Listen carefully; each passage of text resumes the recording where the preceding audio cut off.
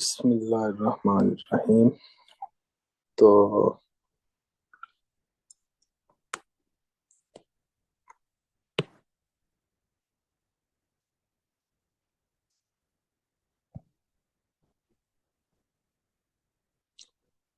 अच्छा बच्चों, अभी हमने जो डिस्कस करना है वो है प्लेसेंटा के बारे में।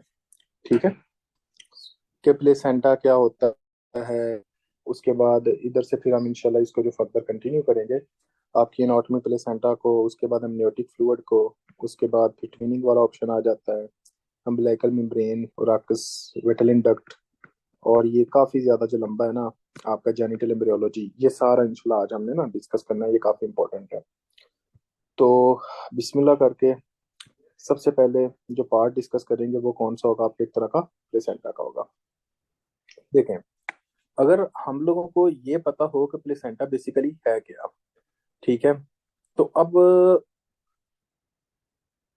आपने ये कहना होता है कि प्लेसेंटा बेसिकली एक स्ट्रक्चर या एक वो साइट होती है जो कि माँ से और बच्चे के दरमियान में क्या करती है, खुराक का, न्यूट्रिशन का, इस सारों का क्या करती होती है, एक तरह का एक्सचेंज करती होती है। ठीक है बच्चों, अब देखें ना, एक फीटस है, जस्ट इमेजिन करें यहाँ पे एक तरह का ये फीटस पड़ा हुआ है, आपको देखने ये फीटस है ना बच्चों। ठीक है, और उसके बाद क्या होता है, अब आपने कहना है कि यहाँ पे क्या होता है, प्लेसेंटा का ये आ रहा है। अब मदर से ये प्लेसेंटा है, ठीक है, जो माँ की साइड होती है वहां से क्या होता है कि न्यूट्रिशन और प्लेस बच्चे से भी न्यूट्रिशन, ये सारी चीजों का क्या होता है, एक दूसरे के साथ एक्सचेंज होता है। अब माँ के यूट्रस के अंदर कहाँ है, बच्चा उधर है, तो बच्चा कैसे जिंदा रहेगा, बच्चा तभी जिंदा रहेगा ना जब माँ न्यूट्रिशन देगी। तो बात यह है कि माँ कैसे न्यूट्रिशन देती है, माँ न्यूट्रिशन देती है प्लेसेंटा के जरिए। अब मेरे ख्याल में इससे इजी जो है वो चीज मैं नहीं बता सकता। तो आपने कहना है कि ये बेसिकली एक तरह का टेम्परेरी होता है कनेक्शन। क्या होता है, एक तरह का टेम्परेरी कनेक्शन होता है।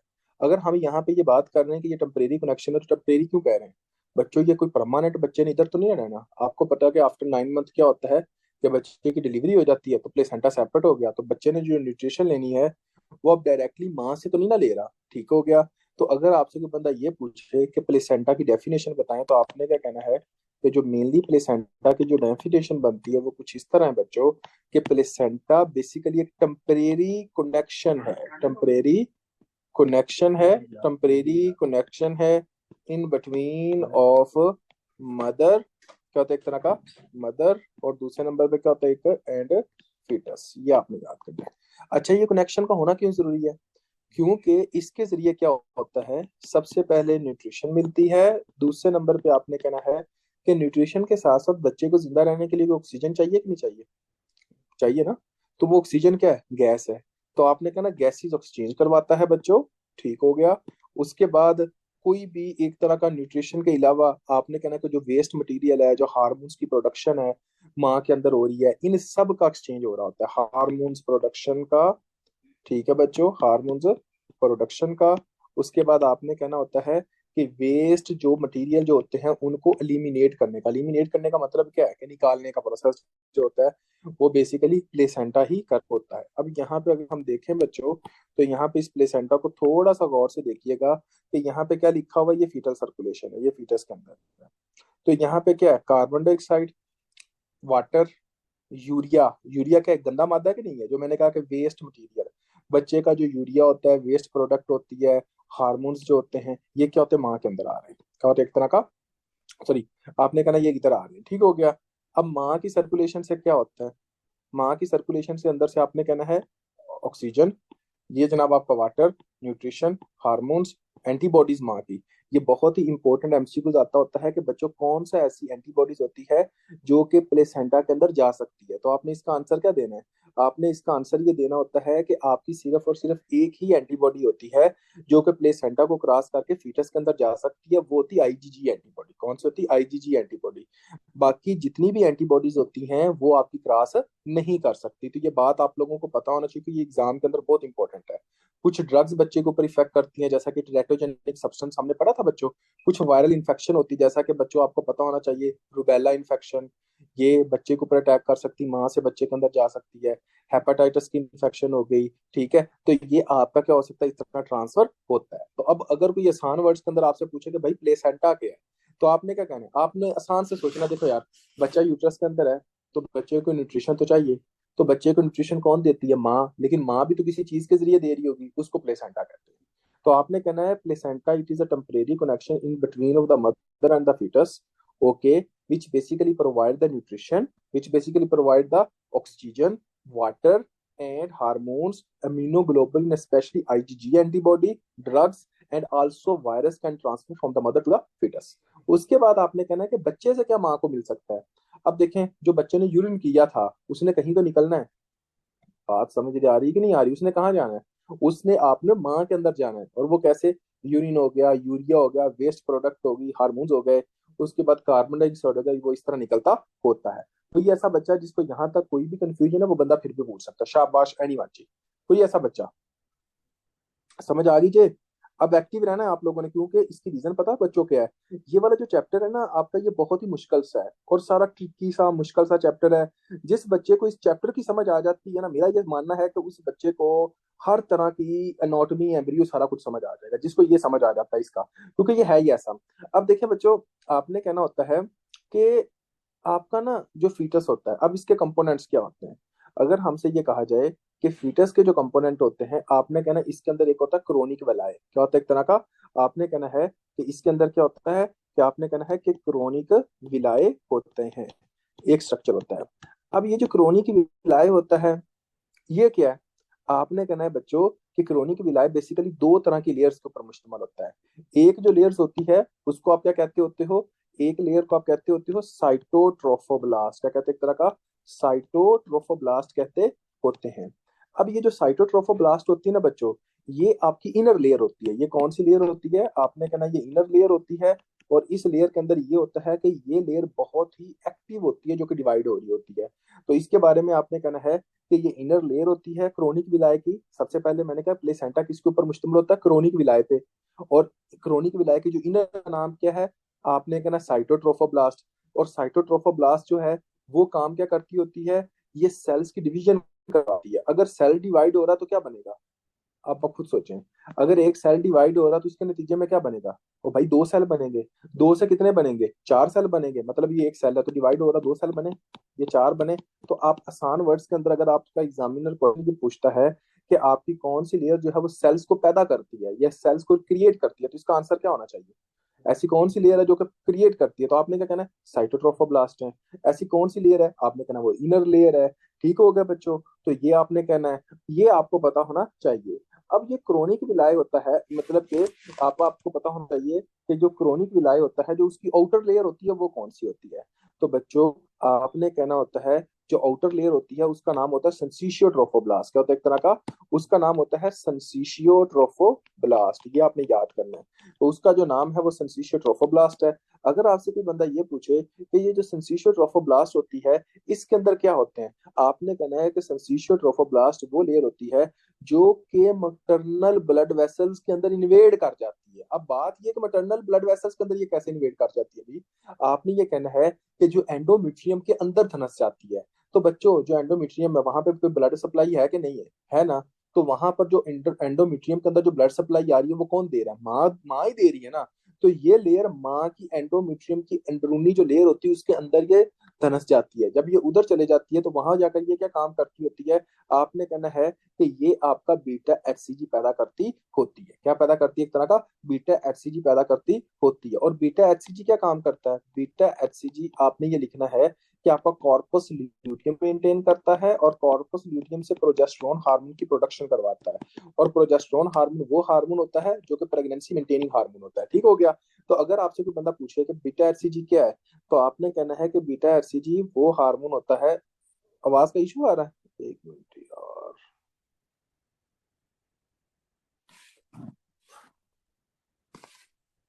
ओके। तो आपने अगर कहना है कि फॉर एग्जांपल कि बीटा एचसीजी जो होता है वो क्या है, आपने कहना है कि जो सिंसिशियो ट्रोफोब्लास्ट होता है वो बेसिकली बीटा एचसीजी पैदा करता है। ये आउटर लेयर होती है क्रोनिक विलाय की। ठीक है बच्चों? उसके बाद आपने कहना होता है कि ये बीटा एचसीजी ये किसकी तरह सिमिलर स्ट्रक्चर, ये एक और एमसीक्यू आता होता है। आपने कहना है ये स्ट्रक्चरली सिमिलर होता है ल्यूटिनाइजिंग हार्मोन के। किसके होता है? ल्यूटिनाइजिंग हार्मोन के स्ट्रक्चरली सिमिलर होता है। उसके बाद आपने क्या कहना है कि ये कार्पस ल्यूटियम को स्टिमुलेट करता है, उसको मेंटेन करता है, ताकि कॉर्पस ल्यूटियम से प्रोजेस्टेरोन हार्मोन पैदा हो सके। और प्रोजेस्टेरोन हार्मोन जो होता है वो प्रेगनेंसी मेंटेनिंग हार्मोन है। बच्चों मुझे ये बताइएगा कि किस ट्राइमेस्टर के अंदर ज्यादातर मिसकैरेज के चांसेस होते हैं? ज्यादातर जो मिसकैरेज हम देखते हैं वो कब देखते हैं? क्या वो 4 महीने का बच्चा हो जाए तब आप मिसकैरेज देखते हो? फर्स्ट ट्राइमेस्टर के अंदर। तो आपने कहना फर्स्ट ट्राइमेस्टर के अंदर ये आपको हेल्प करता होता है। ठीक हो गया बच्चों?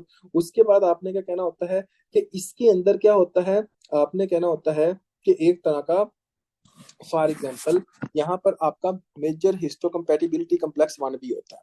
क्या होता है? एक तरह का मेजर हिस्टोकम्पैटिबिलिटी कम्प्लेक्स वन भी होता है। ये उसके एक्सप्रेशन को कम करता है। जब आपका मेजर हिस्टोकम्पैटिबिलिटी कम्प्लेक्स का कंप्रेशन कम हो जाता है ना, MHC1 MHC क्लास 2, ये हम डिस्कस करेंगे बच्चों आपकी इम्यूनोलॉजी के अंदर। अभी बस आपने ये देखना है कि अगर किसी भी बंदे के अंदर MHC क्लास 1 एक्सप्रेस होगा, तो इसके नतीजे में आपका जो इम्यून सिस्टम होता है, क्या होता है, एक तरह का इम्यून सिस्टम होता है, वो आपका अटैक नहीं करता। क्या होता है? का अटैक नहीं करता। अब आप एक तरह का लम्हा के लिए खुद सोचें, माना कि माँ है, लेकिन बच्चा जो है वो एक तरह का माँ के यूट्रस के अंदर पैदा हो रहा है। बच्चा जो है वो कहाँ पैदा हो रहा है? माँ के यूट्रस के अंदर पैदा हो रहा है। तो कभी कभी ये होता है कि माँ जो होती है उसका जो अपना इम्यून सिस्टम होता है वो बच्चे के ऊपर अटैक करने लगता है।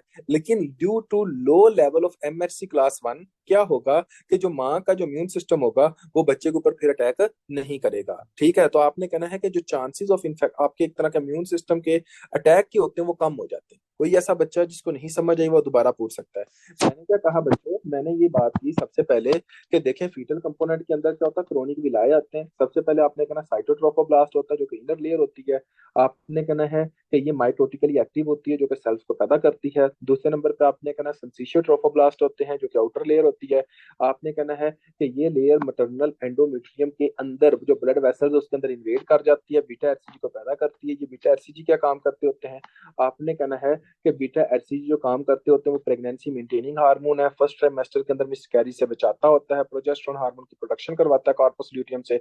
अब देखें ये जो लफ्ज विलाय है, विलाय क्या है? अब हमने तो ये देखना ना विलाय क्या होता है। बच्चों विलाय अगर आपसे पूछा जाए, आपने कहना है कि इसके अंदर फीटल की कैपिलरीज होती है जहां पे गैसेस का एक्सचेंज होता है। विलाय वो जगह है जहां पे क्या होता है, एक तरह का गैसेस का एक्सचेंज हो रहा होता है। अब हम आते हैं कि फॉर एग्जांपल कि एक तरह का मैटरनल जो कंपोनेंट है वो क्या है, यानी कि माँ की तरफ से भी तो कोई कंपोनेंट आएगा ना।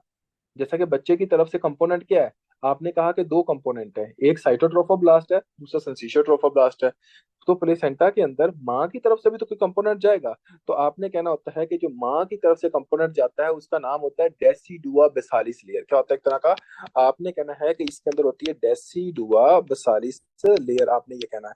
तो देखिए बच्चों जो डेसिडुआ बेसालिस लेयर होती है, ये इसका क्या काम होता है?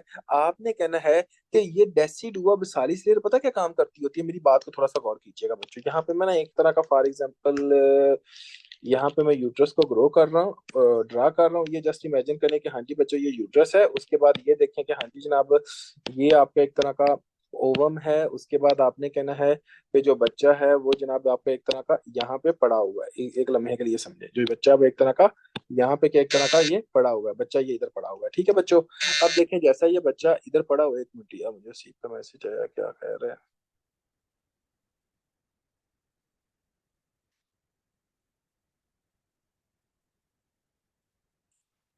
ओके बच्चों, अब देखें जैसा कि ये देखे कि बच्चा ये इधर पड़ा हुआ है। ठीक हो गया? अब ये डेसिडुआ काम क्या करती होती है? इसका काम क्या होता है बच्चों? आपका बीटा एचसीजी था, बीटा एचसी पैदा हो रहा था। बीटा एचसीजी क्या काम करता होता था? बीटा एचसीजी ये काम करता होता था कि वो जनाब आपके कार्पस ल्यूटियम से प्रोजेस्टेरोन हार्मोन की प्रोडक्शन करवाता था। तो जो प्रोजेस्टेरोन हार्मोन होता था वो क्या काम करता है? प्रोजेस्टेरोन हार्मोन बेसिकली आपके एंडोमेट्रियम को मॉडिफाई करता है। क्या करता है? एक तरह का आपकी उसको मॉडिफाई करता है। और उसके बाद आपने कहना है कि हाँ जी जनाब यहाँ पे मॉडिफाई करके आपके अंदर आपने ये कहना है कि बच्चे को सारी की सारी न्यूट्रिशन और खुराक देने में हेल्प करता है। समझ आई कि नहीं आई? तो आपने कहना है कि इसका क्या काम होता है, आपने कहना है कि ये जनाब आपका एक तरह का मॉडिफाई कर रहा होता है, क्योंकि ये आपको पता होना चाहिए, क्योंकि ये एग्जाम के लिहाज से बहुत ज्यादा इंपॉर्टेंट है बच्चों। अब यहाँ पे देखें कि यहाँ पे क्या लिखा हुआ है। अब यहाँ पे हमने पढ़ा primary site of nutrition gas exchange between the mother and foetus, यही बात पढ़ी ना, माँ और बच्चे के दरमियान में ये जनाब न्यूट्रिशन का काम करता है। दूसरी बात क्या पढ़ी थी, फीटल कंपोनेंट के अंदर क्या आते हैं, साइटोट्रोफोब्लास्ट है। साइटोट्रोफोब्लास्ट क्या बच्चों, आपने क्या कहना है कि साइटोट्रोफोब्लास्ट क्या होते हैं, एक तरह का inner layer of the chorionic villi होते हैं, क्रिएट सेल्स करते हैं। तो मैंने क्या कहा था कि ये इनर लेयर के अंदर आते हैं और ये माइटोटिकली एक्टिव होते हैं। अगर लफज आप माइटोटिकली एक्टिव बोलते हैं तो इसका मतलब क्या है कि सेल ज्यादा से ज्यादा डिवाइड होते हैं। जब भी सेल डिवाइड होता है तो न्यू सेल्स जो होते हैं वो पैदा होते हैं। आउटर लेयर कौन सी, outer layer of the chorionic villi क्या होता है, synthesize the secrete hormones beta HCG, ठीक हो गया। स्ट्रक्चर किसकी तरह सिमिलर होता है, ल्यूटिनाइजिंग हार्मोन के। Stimulate corpus luteum to secrete progesterone during the first trimester. Lack MHC class one expression क्या होगा, इसकी वजह से इम्यून सिस्टम कम एक्टिव होगा। Low chance of attack by the maternal immune system, ठीक है, तो माँ के इम्यून सिस्टम का बच्चे के ऊपर अटैक करने के चांसेस कम कर देते हैं। ये क्या होता है, आपने कहना ये एंडोमेट्रियम से बनती होती है maternal blood blood in lacuna. तो आपने कहना है कि इसका जो मेन काम होता है कि माँ की एंडोमेट्रियम से डेसिडियो बेसालिस लेयर बनती होती है, और इसके क्या होता है कि माँ का जो ब्लड होता है वो वहां पे घूम रहा होता है, और वहां पे क्या काम करता है, प्रोजेस्टेरोन हार्मोन क्या काम करेगा, इसको एक तरह का स्टिमुलेट करेगा, जिसकी वजह से बच्चे को न्यूट्रिशन जो होगी वो ज्यादा से ज्यादा देखने को मिलती होती है। कोई ऐसा बच्चा जिसको इसमें से क्वेश्चन और बंदा पूछ सकता है, शाबाश एनीवन जी। कोई ऐसा बच्चा जिसको यहाँ तक क्वेश्चन और बंदा पूछ सकता है। लैकुना वो जगह होती है जो कि आपके ब्लड फ्लो को ज्यादा से ज्यादा रखती होती है, ठीक है, बच्चे के लिए ब्लड फ्लो को ज्यादा से ज्यादा देखते हैं। ओके बच्चों, अब हम जो डिस्कस करने लगे हैं वो है अम्बिलाइकल कोड। कि अम्बिलाइकल कोड क्या होता है, देखें, आपने ये कहना होता है कि फॉर एग्जांपल जब भी हमने अम्बिलाइकल कोड के बारे में बात करनी है, तो बच्चों अम्बिलाइकल कोड के अंदर से ना दो बड़ी ही इंपॉर्टेंट पैथोलॉजिकल डिजीजेस बच्चों के अंदर देखी जाती है। एक होती है, आपने कहना होता है ओराकुस, और दूसरी होती है माइकल डिवर्टिकुलम। आपने सुना होगा, नाम तो सुना होगा ना माइकल डिवर्टिकुलम का, पीड्स के अंदर या दूसरी जगह पे, कि हाँ जी जनाब एक होता है माइकल डिवर्टिकुलम और एक होता है ओराकस। अभी हम देखते हैं कि हाँ जी जनाब इसके अंदर क्या होता है। सबसे पहले बच्चे जो आपने नाम लेना है, इसके अंदर आपने क्या कहना होता है, अम्बिलाइकल कोड होती है। अब देखें, अम्बिलाइकल कोड आपने ये कहना होता है कि एक तरह का, सबसे पहले जिस बात का हमें पता होना चाहिए वो ये है कि आपकी फीटल सर्कुलेशन के अंदर हेल्प करती होती है अम्बिलाइकल कोड। फीटल सर्कुलेशन का टॉपिक डॉक्टर सैफ ने आप लोगों को फुल डिटेल के अंदर पढ़ाया होगा कि अम्बिलाइकल कोड से आपकी एक अम्बिलाइकल वेन होती है, क्या होती है, जस्ट इमेजिन करें बच्चों, यहाँ पे आपने कहना एक अम्बिलाइकल वेन होती है। ये अम्बिलाइकल वेन क्या होती है, ये ऊपर की तरफ जाती है। सबसे पहले ये लीवर को बाईपास करती है, लीवर के अंदर ब्लड देती है with the help of ductus venosus. आपको डॉक्टर साहब ने ये कहा होगा, डक्टस विनोजम के जरिए आपके लीवर को ब्लड देती है, फिर इसको बाईपास करती है, और उसके बाद ये किसके अंदर चला जाती है, आपने कहना है कि ये जनाब आपकी एक तरह की इंफीरियर वेना केवा के अंदर जाती है। कहाँ जाती है, आपकी एक तरह की इंफीरियर वेना केवा के अंदर जाती है। इंफीरियर वेना केवा से जो ब्लड होता है वो कहाँ जाता है, आपको पता होगा कि हाँ जी जनाब इंफीरियर वेना केवा से जो ब्लड होता है वो राइट एट्रियम के अंदर आता है, ठीक है, कहाँ आता है, आपके राइट एट्रियम के अंदर आता है। तो आपने कहना है कि जो अम्बिलाइकल वेन होती है वो कितनी होती है, एक अम्बिलाइकल वेन होती है। ये बहुत इंपॉर्टेंट बात है। आपने कहना है कि एक अम्बिलाइकल वेन होती है जो कि ब्लड को लेके बच्चे के अंदर जा रही होती है। सबसे पहले ये अम्बिलाइकल वेन कहाँ पे ब्लड लेके जाती है, वो लीवर होता है, लीवर को बाईपास करती है, लीवर के अंदर जो ब्लड देती है वो डक्टस विनोजम के जरिए देती है। उसके बाद बच्चों आपने कहना होता है कि ये इन्फीरियर वेना केवा के अंदर जाती है और इन्फीरियर वेना केवा के अंदर ब्लड देती है। उसके बाद बच्चों आपने ये कहना है कि इन्फीरियर वेना केवा जो होता है वो हार्ट के अंदर जाता है, ठीक हो गया। अब जैसे ही ये जनाब आपका हार्ट के अंदर जाएगा, राइट एट्रियम के अंदर आया, फिर उसके बाद यहाँ पे फोरामेन एक होता है जिसका नाम फोरामेन ओवेल होता है, ये भी डॉक्टर साहब ने बताया होगा।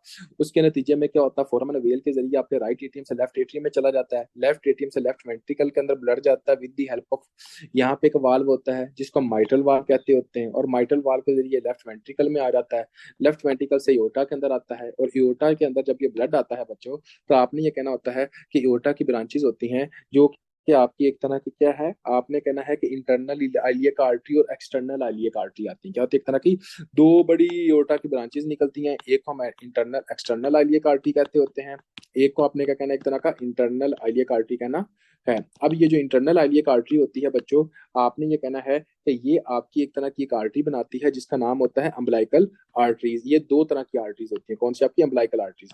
और ये जो अम्बिलाइकल आर्टरीज होती हैं ये जनाब आपके अम्बिलिकल के अंदर आ रही होती हैं। बात करने का मतलब क्या है, बात करने का बच्चों मतलब ये है कि देखें, सबसे पहले आपने ये कहना होता है, अगर फिर भी किसी भी बच्चे को स्पीड मेरी लगती है ना ज्यादा, कि सर स्पीड ज्यादा, वो बंदा फिर भी पूछ सकता है, परेशान नहीं होना आप लोगों ने।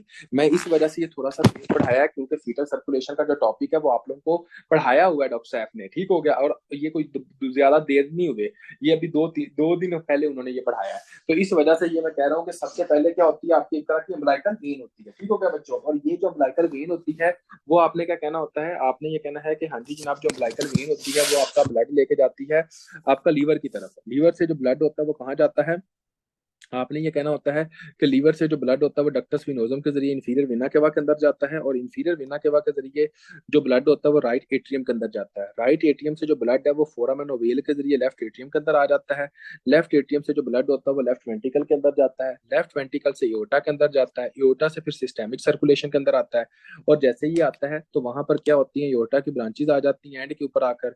एक आपकी क्या आती है, इंटरनल आइलियक आर्टरी, और दूसरी कौन सी होती है, एक्सटर्नल आइलियक आर्टरी। अब ये जो इंटरनल आइलियक आर्टरीज होती हैं, इधर से क्या बनती होती हैं, आपका एक तरह का टू अम्बलाइकल आर्टरीज होती हैं। मुझे ये बताएं कि जो आपकी आर्टरी है उसके अंदर आपका, जैसा कि अम्बलाइकल आर्टरी है तो उसके अंदर ऑक्सीजनेटेड ब्लड होगा या डीऑक्सीजनेटेड ब्लड होगा। बच्चों आप सबको पता है कि आपकी जो अम्बलाइकल वेन होती है उसके अंदर ऑक्सीजनेटेड ब्लड होता है, लेकिन जो अम्बलाइकल आर्टरी होगी ये वाहद अम्बलाइकल आर्टरी होगी जिसके अंदर डीऑक्सीजनेटेड ब्लड होगा। तो आपसे ये पूछा जाता है कि कितनी आपकी एक तरह की है, तो आपने क्या कहना होता है कि ये जनाब आपकी एक तरह की 2 अम्बलाइकल आर्टरीज होती हैं। कोई ऐसा बच्चा जिसको नहीं समझ आई वो बंदा पूछ सकता है, शाबाश एनीवन जी।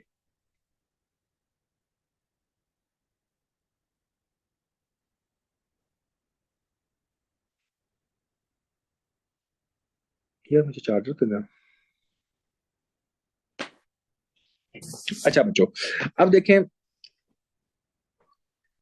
अगर आपसे कोई भी बंदा पूछता है कि अम्बलाइकल आर्टरीज और अम्बलाइकल वेन्स जो होती हैं वो किधर से ड्राइव्ड होती हैं, तो आपने एक बात बोलनी है कि अम्बलाइकल आर्टरीज और अम्बलाइकल वेन जो होती हैं ये एक स्ट्रक्चर होता है जिधर से ये ड्राइव्ड होती हैं, उसका नाम होता है एलेंटोसिस। क्या कहते हैं, एक तरह का एलेंटोसिस। अगला सवाल आप ये भी तो कर सकते हो कि सर जी ऐसी तो जिंदगी च नाम ही पहली बारी सुनते पे गए हैं, ठीक है, कि हाँ जी जनाब ये एलेंटोसिस क्या होता है। आप कर सकते हो ना कि सर जी हम तो जिंदगी में पहली दफा नाम सुन रहे हैं। अगर यार बच्चों ये देखो फॉर एग्जाम्पल, ठीक है,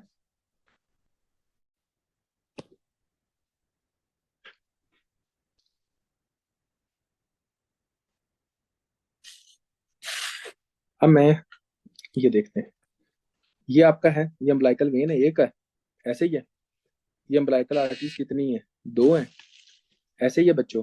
आपकी अम्बलाइकल आर्टरीज कितनी होगी, 2 होगी, और आपकी अम्बलाइकल वेन कितनी होगी, 1 होगी। तो आपने ये कहना है कि आपकी अम्बलाइकल आर्टरीज 2 हैं, और आपकी क्या होती है, एक तरह की अम्बलाइकल वेन 1 होती है, और इनके दरमियान में एक जेली लाइक फ्लूइड होता है, ये व्हाइट वाला। इसको आप क्या कहते हो, वार्टन जेली। क्या कहते हैं, एक तरह का वार्टन जेली कहते होते हैं, ठीक हो गया। तो अगर हमें कोई बंदा ये पूछे, और यहाँ पे उसने क्या लिखा, एलेंटोसिस लिखा है, अगर हमसे कोई बंदा ये पूछे कि एलेंटोसिस है क्या, आपने कहना होता है कि एलेंटोसिस एक आउट पोचिंग होती है जो कि posterior wall of yolk sac से निकलती होती है। क्या होती है, एक तरह की posterior wall of yolk sac से निकलती है जब भी थर्ड वीक ऑफ जेस्टेशन होता है। क्या होता है, एक तरह का तीसरा हफ्ता जब डेवलपमेंट का होता है तो उस वक्त आपकी एलेंटोसिस निकलती होती है, और ये एलेंटोसिस आपकी एक तरह की अम्बलाइकल आर्टरीज 2 और एक अम्बलाइकल वेन बना रही होती है बच्चों। ये आपने याद रखना है। यहाँ तक कोई बच्चा जिसको नहीं समझ आई वो बंदा पूछे, वरना हम आगे कंटिन्यू करते हैं। और यहाँ पे अभी जो हमने पढ़ा है मैं आप लोगों को बता देता हूँ बच्चों क्या है। देखें फॉर एग्जाम्पल यहाँ पे क्या लिखा है, 2 umbilical arteries return deoxygenated blood from the foetal internal iliac arteries to the placenta. तो मेरे ख्याल में मैंने भी यही बताया, यहाँ पे इंग्लिश में लिखा है, मैंने उर्दू में बता दिया था, ठीक है, और भी फर्क नहीं आएगा। बाकी दूसरी बात जो आपने अपने जहन के अंदर रखनी है वो क्या है, आपने ये कहना है कि यहाँ पे क्या होता है, एक तरह का फॉर एग्जाम्पल के एक 1 अम्बलाइकल वेन होती है बच्चों, supply oxygenated blood from placenta to foetus drain into inferior vena cava via liver to the ductus venosum. ये भी मैंने बता दिया था, ठीक हो गया बच्चों। अब सिंगल एम्ब्रेलिकल आर्टरी 2 वेसल कॉर्ड इसके अंदर होती है, तो इसके अंदर 2 वेसल्स होती हैं, ठीक हो गया। Is associated with congenital and chromosomal anomalies. आपने कहना है कि हाँ जी जनाब, एक सिंगल अम्बलाइकल आर्टरी जो होती है ये क्या होती है, किसके साथ एसोसिएट करती है, ये किसी ना किसी कंजेनिटल क्रोमोसोमल एनोमलीज के साथ एसोसिएट करेगी, क्योंकि नॉर्मल बंदे के अंदर कितनी आर्टरीज होती हैं, 2 होती हैं। तो अगर सिंगल अम्बिलिकल आर्टरी होगी तो इसका मतलब क्या है कि कोई ना कोई एक तरह की किसी ना किसी तरह की कोई ना कोई कंजेनिटल और क्रोमोसोमल एबनॉर्मेलिटी है, तो ही एक आ रही है ना। तो यहाँ पे ये लिखा single umbilical arteries is associated with congenital and chromosomal anomalies. Umbilical arteries and veins derived from allantosis. मैंने आपको बता दिया allantosis है क्या। allantosis बेसिकली आपने ये कहना कि ये yolk sac है, तो होती है एक तरह की yolk sac है जो हमारे थर्ड वीक के अंदर क्या बनाते होते हैं, स्ट्रक्चर बना रहे होते हैं। अब देखिए बच्चों, अब हमने एक चीज पढ़नी है कि फॉर एग्जाम्पल कि एक तरह का आपको पता होना चाहिए कि राकुस क्या होता है। अब ये राकुस को आपने समझना है बच्चों। देखो ये आपको पता हो कि फॉर एग्जांपल ये जनाब आपकी एक तरह की अम्बिलिकल अम्बिलिकस है, ये कहते हैं एक तरह की अम्बिलिकस है। अलेंटोसिस क्या होता है, वो क्या है, कहाँ से बनती है, यॉर्क सैक से बनती है, ऐसे ही मैंने कहा था। ओके, अब आपने ये कहना है जैसे ये यॉर्क सैक से बनती है तो ये आपके अब्डोमेन के अंदर एक तरह का इंट्रा अब्डोमिनल जो होता है वो एक तरह का घूमना शुरू कर देती है, आपके अब्डोमेन के अंदर ये रहती होती है। अब आपने ये बात अपने जहन में रखनी है कि यहाँ से ओलैंको एक तरह का अम्बिलिकस है। अम्बिलिकस क्या है, एक तरह का, यहाँ से आपने क्या कहना है कि यहाँ से क्या बना एक तरह का यॉर्क सैक से क्या बना एक तरह का, आपने कहना है कि इसको आप कहते हो कि ये एक तरह का अलेंटोसिस है। अब फॉर एग्जाम्पल बच्चों ये आपके ब्लैडर के साथ मिल जाए, किसके साथ मिल जाए, एक तरह का ब्लैडर के साथ मिल जाए। मेरा बाप लोगों से क्वेश्चन है, ब्लैडर के अंदर क्या आता है बच्चों, जो ब्लैडर होता है उसके अंदर क्या आता है, शाबाश मुझे ये बताइएगा। आपने कहना है कि हाँ जी जनाब ब्लैडर के अंदर आता होता है आपका एक तरह का यूरिन, ठीक है। तो अगर फॉर एग्जाम्पल यही एलेंटोसिस का एबनॉर्मल कनेक्शन, किसका, एलेंटोसिस का एक तरह का अगर ये abnormal connection in between of the umbilicus और उसके बाद ब्लैडर के दरमियान में आ जाए तो इस कंडीशन को आप उराकस कहते होते हो। क्या कहते हैं, एक तरह का उराकस कहते हैं। अगर फॉर एग्जाम्पल आपसे कोई बंदा पूछे कि उराकस क्या है तो आपने क्या कहना है, आपने कहना है उराकस बेसिकली एक स्ट्रक्चर होता है जो कि फीटल ब्लैडर और अम्बिलिकस के दरमियान में होता है। ठीक हो गया बच्चों। नॉर्मल पर्सन के अंदर क्या होता है कि ये उराकस का जो स्ट्रक्चर होता है वो सेपरेट हो जाता है। जब उराकस का स्ट्रक्चर सेपरेट हो जाएगा तो बंदा जो होगा वो एक तरह का यूरिन आराम से ब्लैडर के जरिए निकालता जाएगा, यूरिथ्रा के जरिए यानी कि निकालता जाएगा।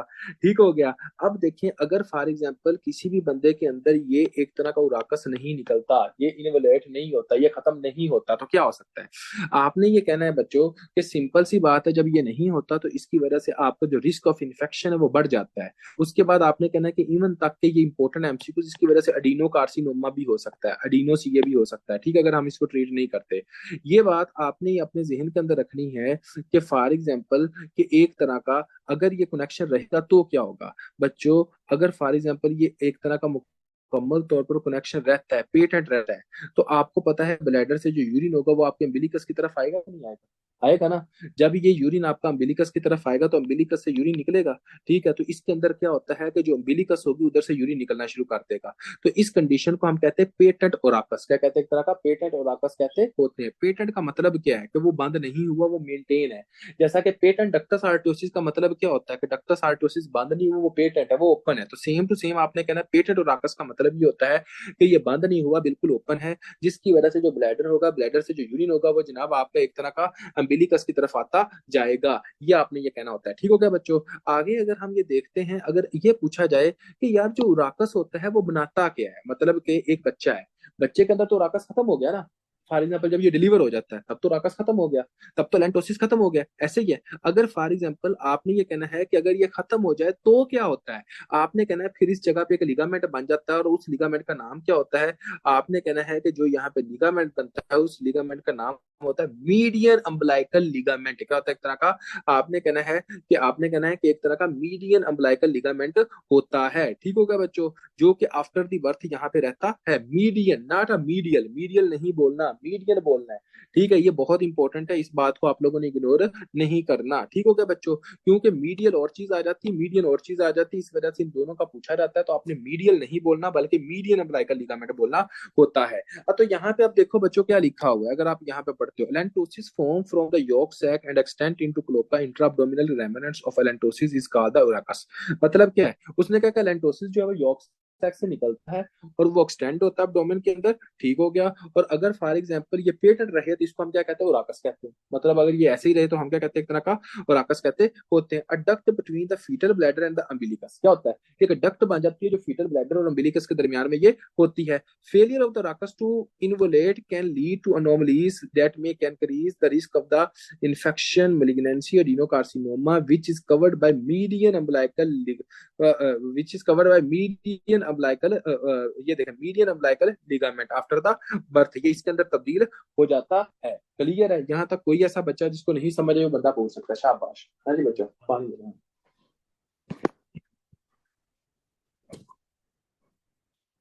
ओ भाई समझ आ रही जो गल पल्ले पै रही है ताडे? सर उराकस एंड पेटेंट उराकस में क्या डिफरेंस है बच्चे? उराकस एलेंटोसिस का दूसरा नाम उराकस है, ठीक है। एलेंटोसिस का दूसरा नाम क्या, एक तरह का उराकस है। एलेंटोसिस जो होता है वो क्या बनाता है, उराकस बनाता है। लेकिन प्रॉब्लम ये है कि जब अगर उराकस ने काम करना है, जब तक फॉर एग्जाम्पल बच्चा है तब तक ये मेंटेन रहता है। जब बच्चा नहीं होगा तो फिर क्या होगा, फिर अगर for example intra uterine period से जब ये बाहर आ गया, जब ये नॉर्मल जिंदगी गुजारने लगेगा, तो अगर फिर भी राकस रहता है, नॉर्मल बंदे के अंदर क्या होता है कि राकस खत्म होकर मीडियन अम्बिलिकल लिगामेंट बना देता है। अगर फिर भी ये रहता है तो ये पैथोलॉजिकल है, जिसको हम कहते होते हैं पेटेंट पेटेंट राकस कहते होते हैं। क्या कहते हैं? पेटेंट राकस कहते होते हो गए बच्चों।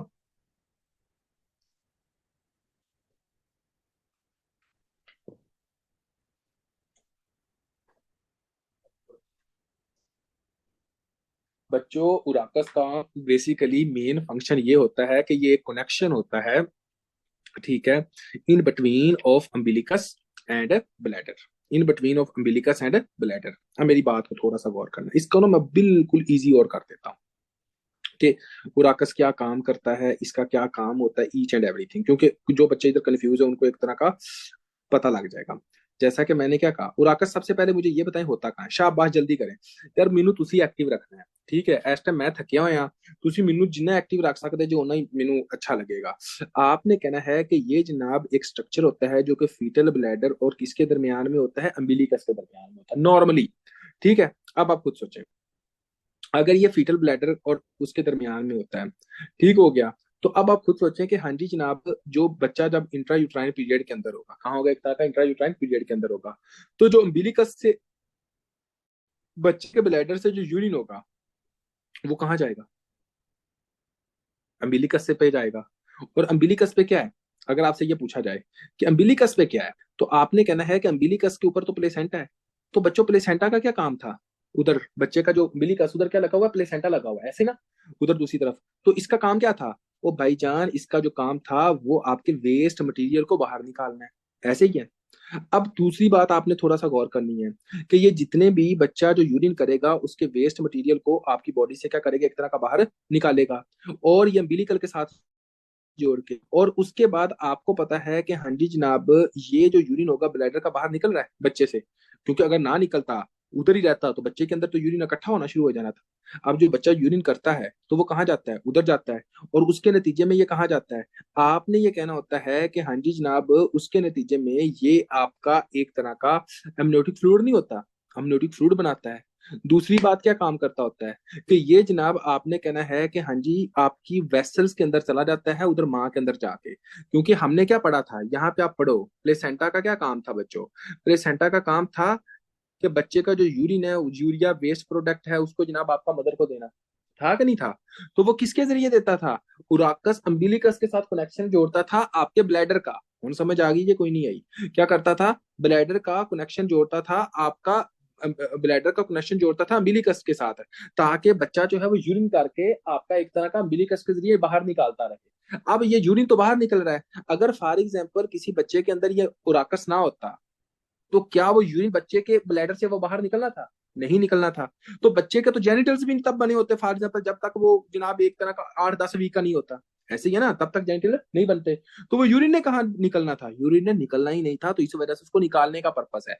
लेकिन अब क्योंकि जब बच्चा डिलीवर हो चुका है, तो उराकस जो होगा वो एक लिगामेंट के अंदर तब्दील हो जाएगा, जिसको हम कहते हैं मीडियन अम्बलाइकस लिगामेंट। क्या कहें, एक तरह का मीडियन अम्बलाइकस लिगामेंट। लेकिन अगर फिर भी ये रहे कि बच्चे की डिलीवरी हो गई है, अगर फिर भी ये है, और ये कनेक्शन है, तो बच्चे का जो ब्लैडर होगा वो कहाँ किसके साथ ये जोड़ता था, अम्बिलिकस के साथ जोड़ता था।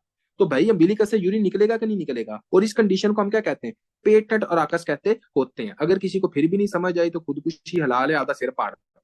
ठीक हो गया, ये आप लोगों को मैं इजाजत देता हूँ, ऊपर लिख देना डॉक्टर जबीउल्लाह ने कहा था। अच्छा जी, इस कंडीशन को आप क्या कहते हैं, एक तरह का पेटेंट और राकस कहते होते हैं। Total failure of the urachus to obliterate urine discharge from umbilicus. ठीक होगा बच्चों, तो इसके नतीजे में क्या होता है कि एक तरह का अम्बिलिकस से एक तरह का आपने कहना है कि आपका यूरिन निकल रहा होता है, और इस कंडीशन को आपने क्या कहना होता है कि ये आपका क्या होता है, एक तरह का पेटेंट और राकस होता है। अब यहाँ पे ना सिर्फ और सिर्फ ये नहीं, इसके अलावा हमने एक और चीज देखनी होती है, वो क्या, आपने ये कहना होता है कि जो अम्बिलिकस होती है वहां पर कभी कभी एक तरह का उससे बिल्कुल नीचे हमें एक मास सा फील होता है। ठीक हो गया, वो क्या है कि अगर ये जस्ट इमेजिन करेंगे अम्बिलिकस से, यहाँ पे ये लिगामेंट लग गया। ठीक हो गया बच्चों, अब देखें ये नॉर्मल है, ये लिगामेंट है, ये क्या एक तरह का लिगामेंट है, मेरी बात को थोड़ा सा गौर कीजिएगा।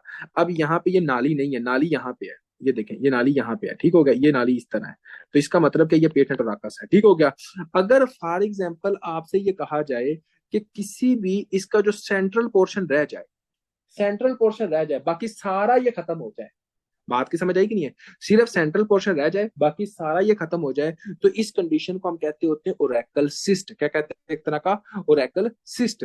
और गाल समझ आई जी, कोई नहीं आई, तो आपने कहना होता है कि अगर फॉर एग्जांपल ये सारा रह जाए कि हाँ जी जनाब, इस कंडीशन को आप क्या कहते होते हो कि एक तरह का ओरेकल सिस्ट कहते होते हैं बच्चों। ठीक हो गया बच्चों, अब आपने कहना है कि ये क्या, फॉर एग्जांपल ओरेकल सिस्ट क्या है, partial failure of the urachus to obliterate. Partial failure का मतलब क्या है कि मुकम्मल तौर पे बंद नहीं होया, इसका जनाब सेंटर से बंद नहीं हुआ, मुकम्मल तौर पर क्लोज नहीं हुआ, फ्लूइड फिल्ड कैविटी होगी। सिस्ट का मतलब क्या होता है, विद यूरो एपिथीलियम, मतलब कि जो अम्बिलिकस होगी वहां से बिल्कुल थोड़ा सा नीचे यूरिन की एक तरह की कैविटी होगी जिसके अंदर फ्लूइड होगा, और ऐसे लगेगा जैसा कि ये एक तरह की सिस्ट है। और ये सिस्ट कहाँ पे होती है बच्चों, ये इन मिड ऑफ अम्बिलिकस, और उसके बाद आपने क्या कहना है कि इन मिड ऑफ, आप सर अगर इंट्रायूट्राइन लाइफ में यूरिन अम्बिलिकस से निकले, अम्बिलिकस के सामने ही प्लेसेंटा अटैच होता है, तो इसका मतलब है बच्चे के यूरिन प्लेसेंटा से मदर के अंदर चला जाएगा, एंड यूरिन से ही एमनियोटिक फ्लूइड बनता है। बिल्कुल बच्चे, बलाल तारक सही कह रहे हो। ठीक हो गया बच्चों,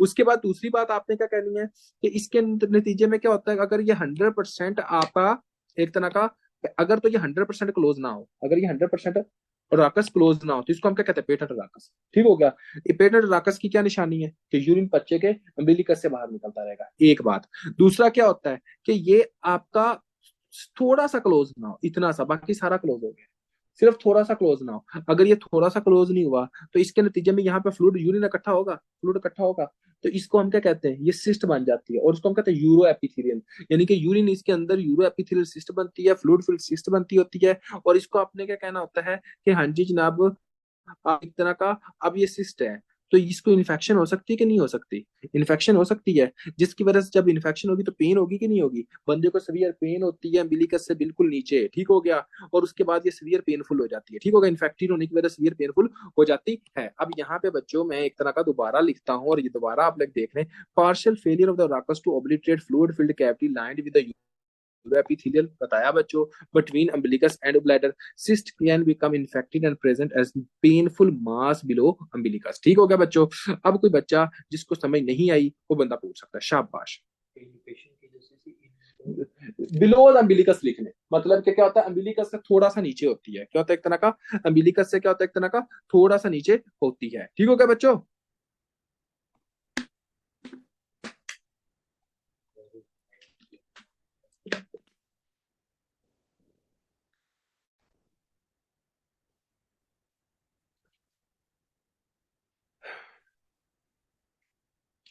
ओके।